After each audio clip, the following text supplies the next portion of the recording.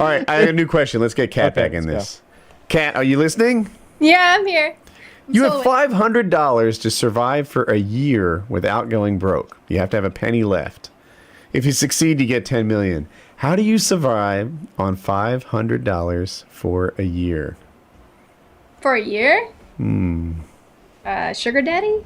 No. That's the easy answer, right? Like, wait, is somebody else allowed to support you, obviously, right? Well, I don't know. I instantly went to some sort that of... option is not really in the cards for the rest of the cast here. I was about to say, yeah, I bet Merkin would say the exact same thing. Where he's like, I just find a sugar mommy. Someone take care of me, prop me up. They say no government help or anything. So yeah, I think sugar daddy is interesting. You went right there, but yeah, no, I don't think that. I think you're. In my head, it was some sort of Survivor Man situation, like $500. All right, I'll dedicate like $100 to a tent, some sort of like fishing rod, sleeping bag, and find a way to not die for a year. I'll need some warm clothes. Live in the garage again. Live in the basement. Good old water filtration. Just go be homeless in like Miami for a while. Live the dream. Is that the dream? Who's dream is that? They were saying some bums make more money. Like if you're a bum out there just collecting coins, you could still make money from that. I just feel like freelance work, if you call it that, freelance not work, is cheating. That's against the rules in this game. You have $500 to keep yourself alive all this time. That's a lot of ramen noodles. Mm-hmm. Yeah. I think you're. But you're talking like in this setting, like we're still in like if that were just to happen right now for me, right? Like we're still in the setting, like you could still call up your family or friends and no, I'm saying you've got a little time to plan this out. Let's say that you're going to start on Monday just happened, and then I only have $500. Well, then money's not worth much. But basically, I know, right? There's no extraneous help that you can get. So you can't be like, I only have $500. Take care of me, sugar daddy, or take care of me, mom and dad. Like you gotta forge your own way. Like I don't know about Woody's approach so far. This is the top comment on Reddit, which kind of would make Kat's plans work. Firstly, I go out for a really fancy meal, steak, maybe a bottle of red. Spend $100 on that, I think.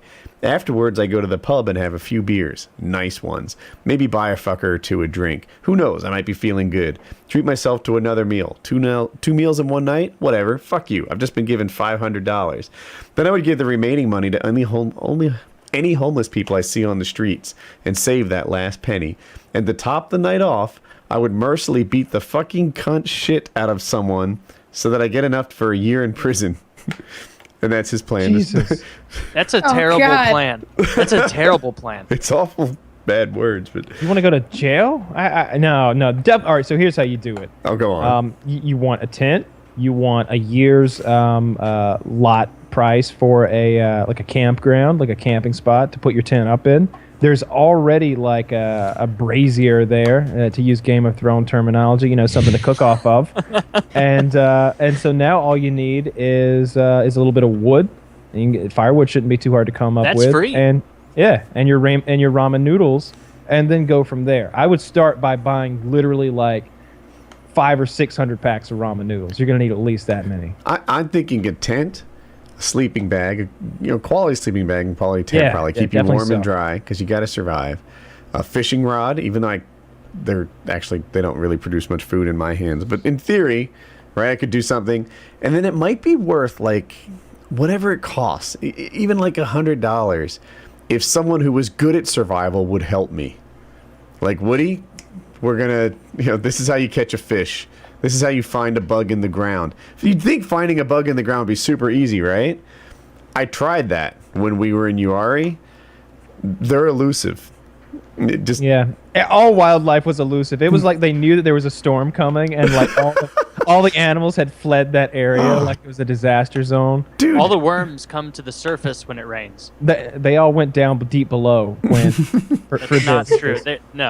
The frogs came to the surface. It wasn't raining yet.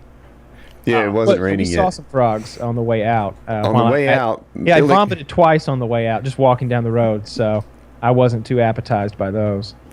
No. There's no good answer to this, but you guys are like going by the approach that you have to go into a fucking Dick's Sporting Goods and spend all $500 at once. Like you can save spread it. this out. Yeah. I don't think you need to immediately buy 500 packs of ramen lest other homeless people rob you for it. You know, because they'll find their way onto your campground. And they won't that you take your leased. cash. What are you going to put this in a bank account? Well, I'm not going to open a checking account with my $500 for the year.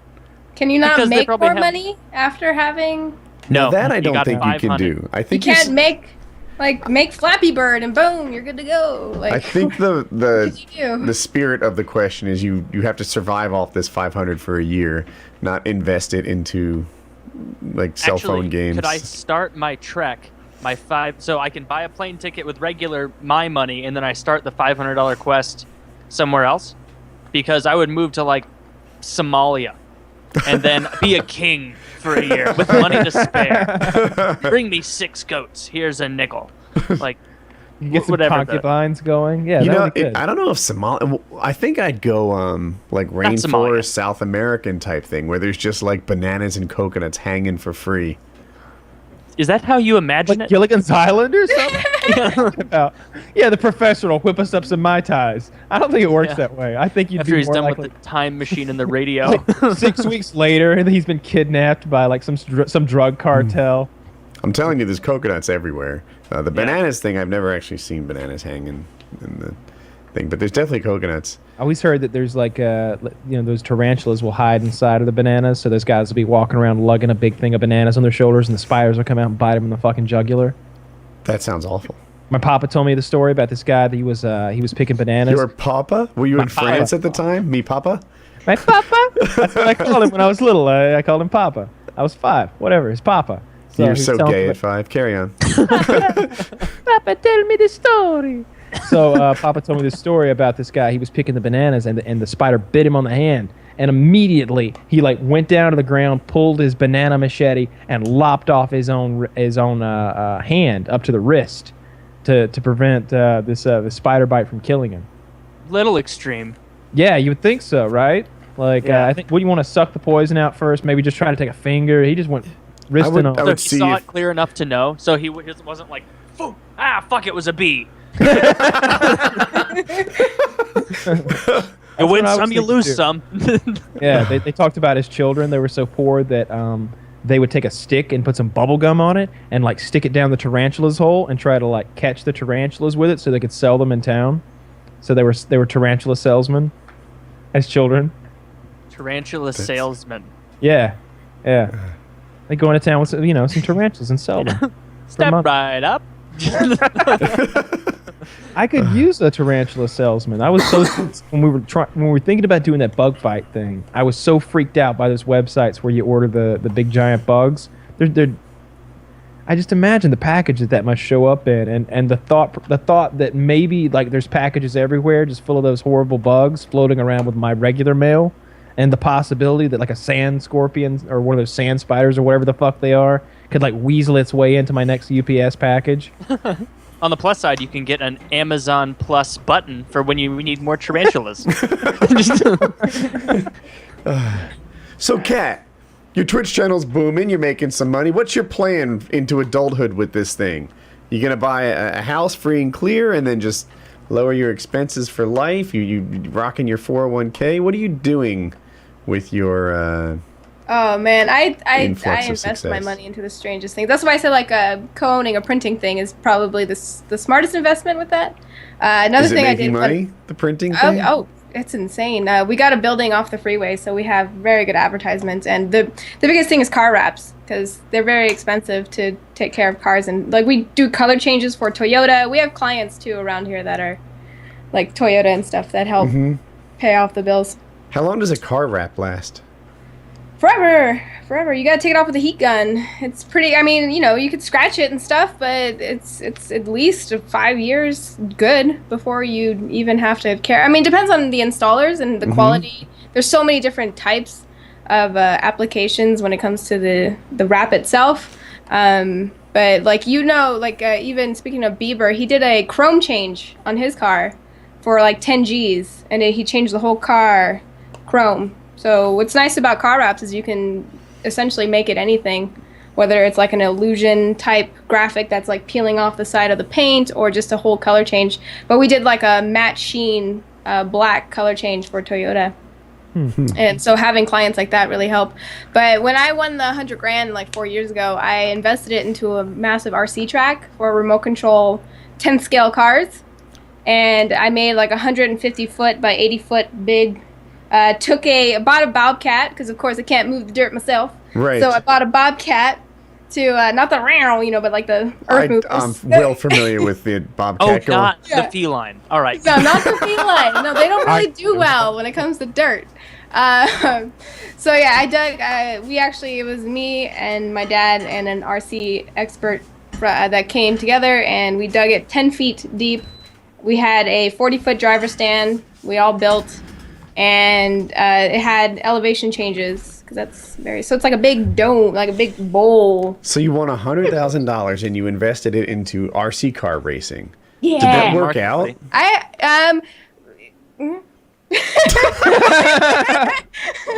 that the answer? It was a lot of fun. It was for fun. Like that's what I'm saying. Like when it comes to me investing, this is why I'm very fortunate to have gaming. Was there any return on this RC track?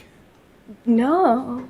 No. Okay. I mean, like, depends on what you want in return. If you're looking money, no. But there was. Do you still maintain the track? No, it's definitely got a few weeds on it, but it would only take a day. You just take a day. You could go out there, and because over winter, it gets. I live here in the high desert. We're about 3,000 feet above sea level, so we get high winds. I'm still in Southern California, so we do get the nice weather, but we do get like 30 to 40 mile an hour winds, which has gotten me also into stunting kites. So I'm like very much a hobby enthusiast, and I'm all over the place when it comes to that. So do you have a lot of stunt kite investments as well? Yeah. There's I have like $120 kite that's like. I used to have. What does a stunt kite entail? What kind of stunts do these kites do? They're actually they do have competitions for stunt kites as well, but my brother was a competitive stunt kite flyer. It's true. He's told the story 1,000 times. That's not true. I've never told the story before, I don't think. But like this guy. He used to work at a store called Air Circus, and they got him into stunt kite flying, and he would compete and do his thing. And I was little, and you could the kites pulled so hard, you'd go behind them like you were on skis. And I was on Ocean City, the beach, and there were jetties, and the jetties would no human could jump over these jetties, but while you're holding a stunt kite, you could. And you just it was cool. Oh, they have foils and all sorts of things for that kind of stuff. You're doing something, so you're holding on to it. Yeah. And doing something. I was picturing guys going out there with headbands for no reason and knee pads, and then just doing a kite. What is a stunt kite? I need to Google this. Do you want to do this, Kat, or you want me to go? Yeah, here, I'm going to actually link you guys to a photo of my track that I was just talking about. All right. We did host races there. We did have a bunch of people, local people that would come around. As you can see, there's about, I don't know, maybe 7 guys standing there with, first to third place plaques and printing out the lap times. We had transponders that go on the cars to give you lap times. This track is amazing. I wish somebody would invest in shit I like. Yeah, that looks like Mario Kart level fun. Oh, they do have that. I always wanted to find a way. Same thing with paintballing. I'm like, okay, gaming and doing my hobby. I always try to find ways of bringing them together. So when it came to paintballing, I'm like, somebody needs to recreate maps from Call of Duty, so you can run around on the same maps and play paintball. And the same thing with RC. The best thing you come up with for Mario Kart and RC is you put a needle on the front of your car, and you have balloons on the back of the other cars, and you have to go and try and pop the other people's balloons. But the only Mario Kart I could find within that. I'm gonna look up stunt So with a stunt kite, you have 2 handles typically. You can't have a bar that goes back and forth, but mine always had 2 hand grips, and you just sort of pull them like this and this. I'm not getting on camera, right? And it would make the kite turn left and right. And with that, you could start doing a bunch of loops, or to fly over the sky. Here's a link for that.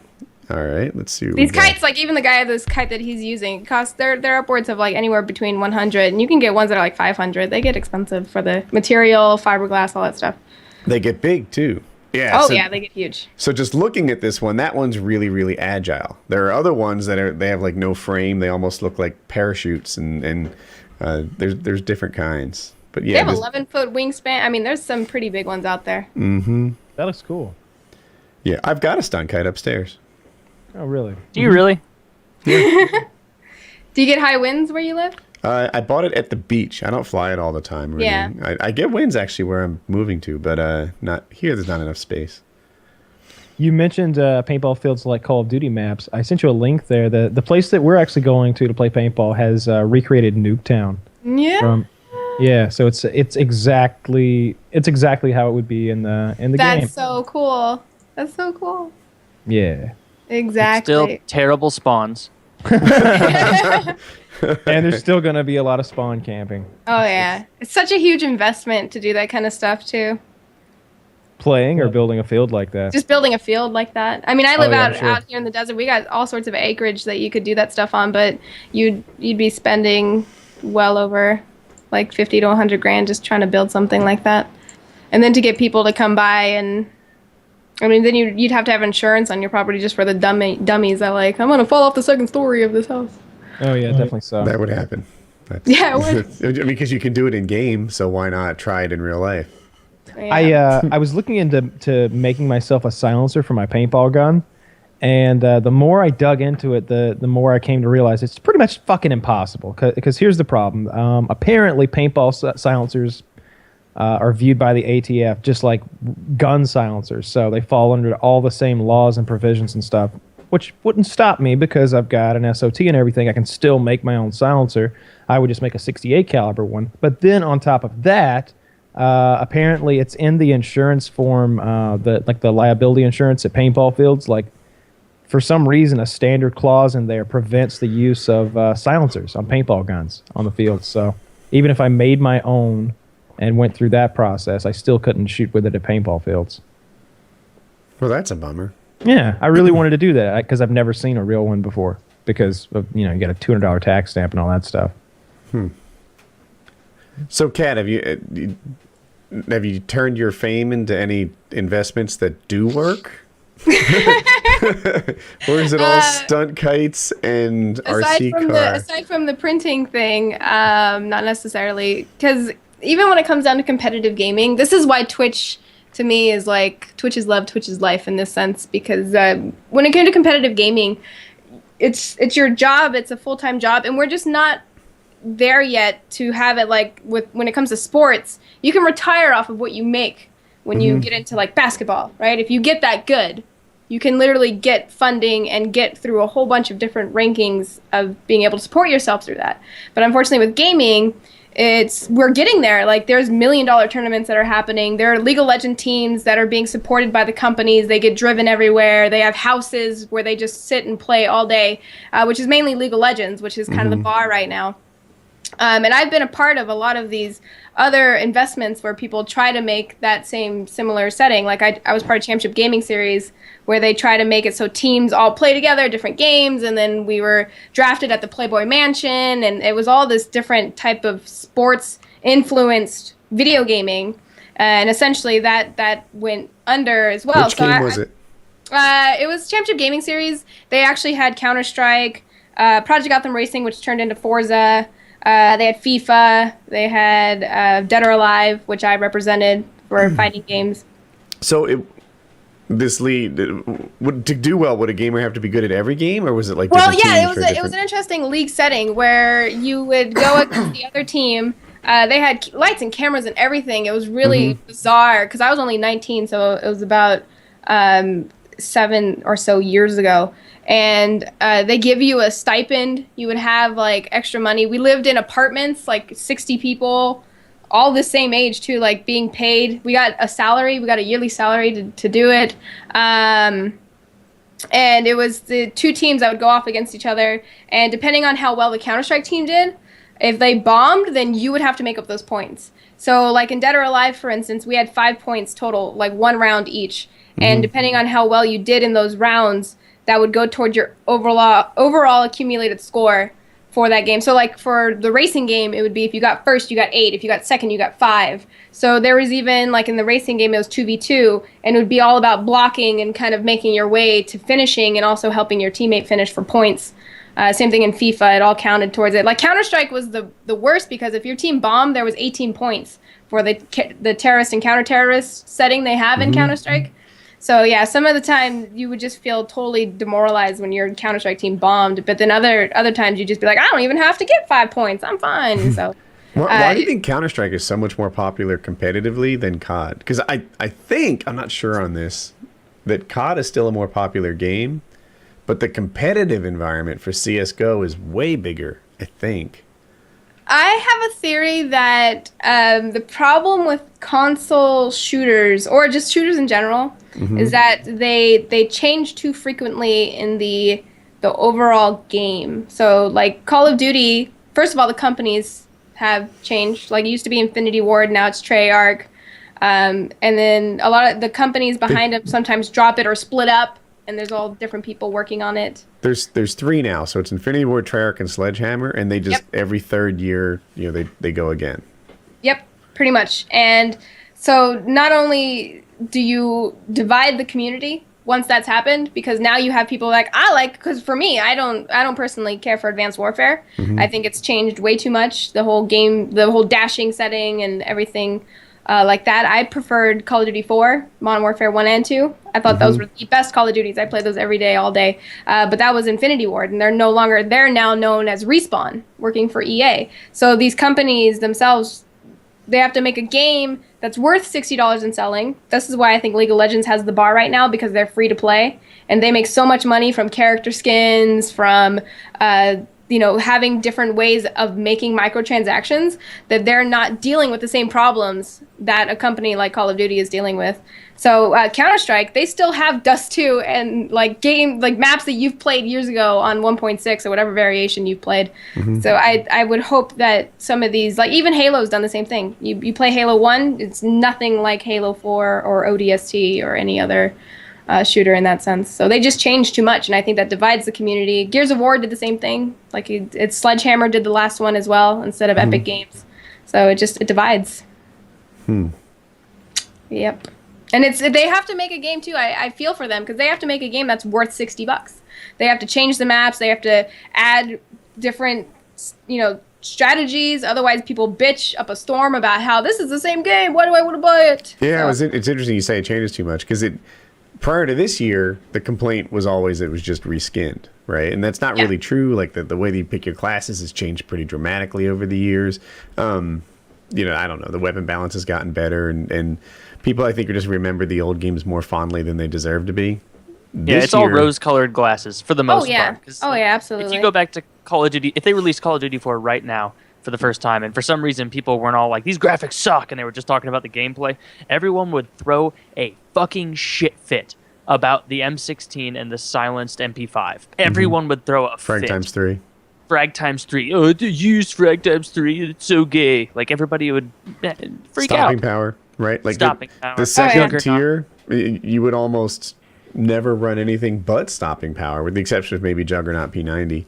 And, every one of my classes had stopping power on it just about. And, that was just the thing. Yeah. So, in the good old days when the game was perfect in 2009, Call of Duty 4 for life, it was just perfectly balanced. There were no issues. We were just talking about rose-colored glasses. Yeah, it was 07. Of all time. I swear to God, that game needed 3 minor fixes, and it really was perfect in my opinion. I wish it had lived on the way Counter-Strike has. I wish they had done with COD 4 what they've done with Counter-Strike, and just over the years it's evolved and gotten better and changed. And I wish COD 4 had been the same thing. It's exactly kind of what I was saying. It's like just enhanced but not changed. But I think it's just the play method of whether it's free to play or whether it's the $60 and having to change it. So that cup is awesome. Thank you. How did you get it? I made it. You made a cup? Yeah. Is that a sticker on a cup, or is that a little screen printing thing? Yeah. Yeah. It's permanent. I mean, you wrap cars, Kyle wraps cups. One in the same. Whatever. Yeah. Oh, I wanted to ask you about that. So how much does it cost to wrap a car? And I know you're going to say it depends on the car. So I've got a Camaro, for example. What would it cost to do that? Just a color change, basically. No, it's a big cock on the roof. It depends. Like if you're going just for color change, it can be anywhere from $15 to $2,000. I think it'd be cool if it were like matte black. Yeah. We just did that satin black for a brand new Toyota Camry, and that cost that's about 1,400 to 2,000, depending on the length of what you need. So, and it depends also. The main point for me is the price of the material, because I'm sorry, I didn't mean to interrupt. No, go ahead. I was just gonna say I've got vehicle decisions to make in like the next year or so, because so there's two ways I could go about this. I'm thinking. So last time around, I wanted a new sports car, but it was actually between getting a new Camaro and building myself like a '69 Camaro from a kit car. And I let my dad sway me to the new one because he was like, you want a 2012 air conditioning system and a 2012 navigation and engine and et cetera, et cetera, et cetera. It's really like nice, all the creature. He mentioned all the creature comforts, and I was like, yeah, you're absolutely right. So I got a new one. This next time around, I think what I would like to do, because my dad's been restoring a lot of cars lately. Now, are you thinking of swapping cars or adding one to the stable? So that's part of it. So here's what I'm thinking. I could get rid of my current Camaro. I could get rid of my current truck, which right now needs transmission work, and I just don't even want to do it because I feel like it's going to break again.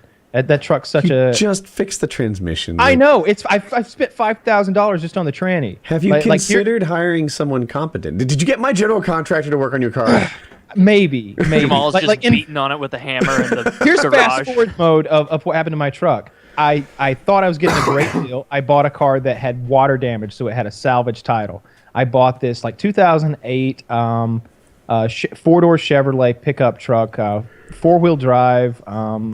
Is this silver truck? Silver, yeah, yeah. I bought it for like $14,000 with 45,000 miles on it, and this was like 2 or 3 years ago. So it was a very good deal.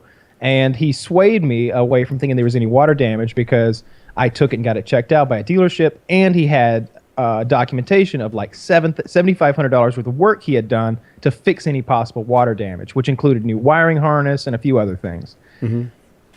Apparently, the fluid came out of the transfer case. So the transfer case had no lubrication inside of it, and I drove to Chicago and back hauling a golf cart on the back the whole way without any fluid, and it ground itself apart and caused a huge issue. So I took it to Chevrolet dealership. They couldn't fix it. That cost me $1,500. Took it to a mechanic who has his own shop at his place. That cost me $2,000. I got a new transfer case put in and a used transmission with roughly the same mileage as the truck already had on it, which seemed like a fair deal. I didn't have a problem with a used transmission. He didn't put any goddamn fluid in my new transfer case, so it did the same thing again. So it's sitting out there right now, and I'm still pissed off at it. Here's what I would like to happen, though. I'm thinking maybe this time around a new truck, but a classic car. Like my dad's got a 67 Camaro he wants to sell. It's a 67 RS, what do you call it? Hang on, I'll grab a picture in just a second. You're gonna go for another Camaro? You don't want to try something new? Or a Corvette, something like that. A Challenger. Have you seen the new Chevelle. Stingray? The Corvette Stingray that just came out? I want an old car though. I want a classic car. That's what I think. I think this time so around. You're thinking a new truck, but an old car. Exactly. Which one do you think will get the miles? Both. I don't know. Both. Okay. It's hard to say. So this. That looks really cool. Yeah, that's the 67 Camaro Dad just put together. It's about 85% done. There's still a few little minor things to do, but there's that one. He's also restoring a Chevelle, so I could get either one of those from him. Really cheap, I'm sure. But I think I want a new truck. What does he do for a paint booth? He seals off one room of his shop completely and puts air filters on everything, and then he goes in like an hour before he's going to paint. He waits till it's a day where the humidity's right and there's not winds and lots of dust, preferably like after it's rained and then dried out. And then he'll spray the entire side of that shop with water so that if there is any dust sitting on anything, it gets washed away. And then they paint in there. And he gets really good results. And the good thing about painting is it only matters if there's dirt or swirls or anything in the paint on the last coat, really, as long as you don't have some runs in the paint. It's that last coat of clear that really matters. So if a fly gets in it, you just sand everything down with some really low grit sandpaper and clear it again. Oh, another fly got in it. Start over again. And you can just keep doing that until you've got, I don't know, 8, 10 layers of clear on there. It starts looking like candy then. Then you get the perfect coat and you're good. Yeah. That sounds cool. So, new truck, what would you get? I would definitely get a... It's hard to say. It would be Chevrolet or Ford, just because I like the way they look. And I think I would get like a 1500 series truck. I wouldn't want a big one. And I wouldn't want a diesel, but I would like to be able to haul my stuff around. I definitely want to get four full-size adults in comfortably. And, I like creature comforts and big motors, so I'd want all that stuff too. So, it's like a $45,000 vehicle, I suppose, in the long run. But Chevrolet or Ford, I've been leaning towards a 2500 Dodge lately. Like if I had to pick right wagon now, or something. What's it called? Power wagon. Power wagon. The Pago, yes, it makes your penis longer. I just imagine like 5 guys in a group being like, "Hey, you guys want to just pile in one car and go?" And like, "Yeah, well, what are we gonna go in?" Woody being like, "Let's go in the motherfucking Power Wagon, boys." We're not supposed to go this way. This isn't a road. It is now. My current truck is so off-road capable that my driving style has evolved into just like bumping into shit. Like I don't give a fuck. Yeah. And if there's like the big drainage gullies and stuff and off-road, I just sort of go down and back up them. If there's when you park, there's like that little portable curb thing. I don't know what they're called. If I want to go forward over that, I do. What is it called? Like a curb stop or something like that? That works, in a parking lot. I'll just drive over that if I choose to. I had to drive over one the other day, and I was glad that I was in a 4-wheel drive truck. I pulled into this parking space. There's cars on either side of me, and there was a space behind me as well, but it was vacant, so I pulled straight into mine. And then somebody pulled into that parking space that was behind me, and I was literally just blocked in. There was no way to turn. No matter how I cut the wheels, I couldn't get out without hitting his car. And it happened to be like a nice Camaro too, so I didn't know what to do. So I just put it in 4-wheel drive and drove over that, or out in the grass and made a loop. If you drive a car and you need to make a U-turn, you usually can. If you drive a truck, you'll hit the curb, and you don't want to be doing a K-turn on a road, where there's any traffic. So the right tire just sort of goes up the curb and back down. You can't do that with every there are street trucks now that have spoilers or running boards or things like that could cause trouble. And I don't want that. Yeah, a lot of them have it's almost like a body kit. It's there's a lot of plastic and fragile stuff down there that'll just shatter if you hit a ditch at the right angle. That's not for me. Yeah, even on that 2002 Chevrolet that's out there right now. The front piece of plastic on the left side of the bumper is like dangling on it now because something happened where I was like, fuck it, going in the ditch. And then, it hit it. But had you had a Power Wagon, you wouldn't have hit a damn thing. I don't know. I go on some real adventures in my trucks sometimes. Like I don't want to exaggerate about the jump I used to make in my F-150 Lightning. It was something worthy of a film. Like it was like some Duke boy shit. It was like the Dukes of Hazzard. It was just the road was going flat for a long way, and so you could get up to speed. And then there were railroad tracks, and instead of it being like a gradual incline, like a sort of a hump, they just made a mound where the railroad tracks were. I guess they were cheap, so you came out of nowhere and then immediately went up like a ramp that like dropped off on the other side. And I would hit that thing going 60 miles an hour, and we would get almost a full second of airtime. And it was like, boom. Oh, fuck, yeah, that was crazy. And the other guy, I would never warn the other person, so if they didn't have their seatbelt on, their head would hit the roof. Dude, my grandmother used Good to friend. do that. My grandmother used to do that. It was the same situation. There was a railroad track and a road that went by it, and the hump was just too extreme. And as a kid, we called it the Jersey Bump. It was somewhere in Gloucester. And my grandmother would hit that thing so hard in a station wagon. This is like a full-on 1970s gigantic boxy station wagon, like out of American Vacation with the Griswolds. Someone help me with this. National Lampoon's Vacation. Great movie. Beverly Chase. Yeah. So they take the freaking that super truck station wagon thing, and she would rock that like Kyle did it, like 60 miles, and we would beg her to. She did it once or twice, then it was like, hit the Jersey bump, and she would do it, and she would hit it hard. Good old grandma. Dead now. But memories. So where do we go from here, boys and girls? So apparently the whole definitely buying a Iran foreign nuclear car system. You're buying a foreign car next? Oh yeah, I'm not buying another Chrysler, Jeep, Dodge product. You're gonna be some ever again. douchebag riding around your Saab. No, not gonna drive a Audi? Saab or an Audi. Toyota Prelude. I would love an Audi. I like. Or wait, those it's a things. Honda Prelude, isn't it? I think Audis look pretty sweet. I don't think I'd That want sporty, one. I've heard they have quite a few electrical problems. Like the sporty version of like the A4 or whatever. That thing's really cool. So what foreign car are you looking for? You're talking about Civic, Accord, stuff like that, aren't you? No, I want an SUV next. Ooh. So I'm just trying to The think. Forerunner? Porsche Cayenne. That's a cool one. No, I don't want that. You Oh, want that's something like- reliable. What are you gonna I get? want something like, I don't know. Hearing Woody talk about how much he can beat to shit his Tacoma. Oh, I know. I've It's been been looking at such a good Toyotas, car. and I've heard good reviews on Forerunner. Like apparently you can beat that thing to shit, and it'll come back asking for more. Which one did you say? Forerunner? Forerunner? The Forerunner. My wife Yeah. has a Forerunner, and she's a horrible driver, and it's fine. Oh, Yeah. that's excellent. I can vouch for her horrible driving.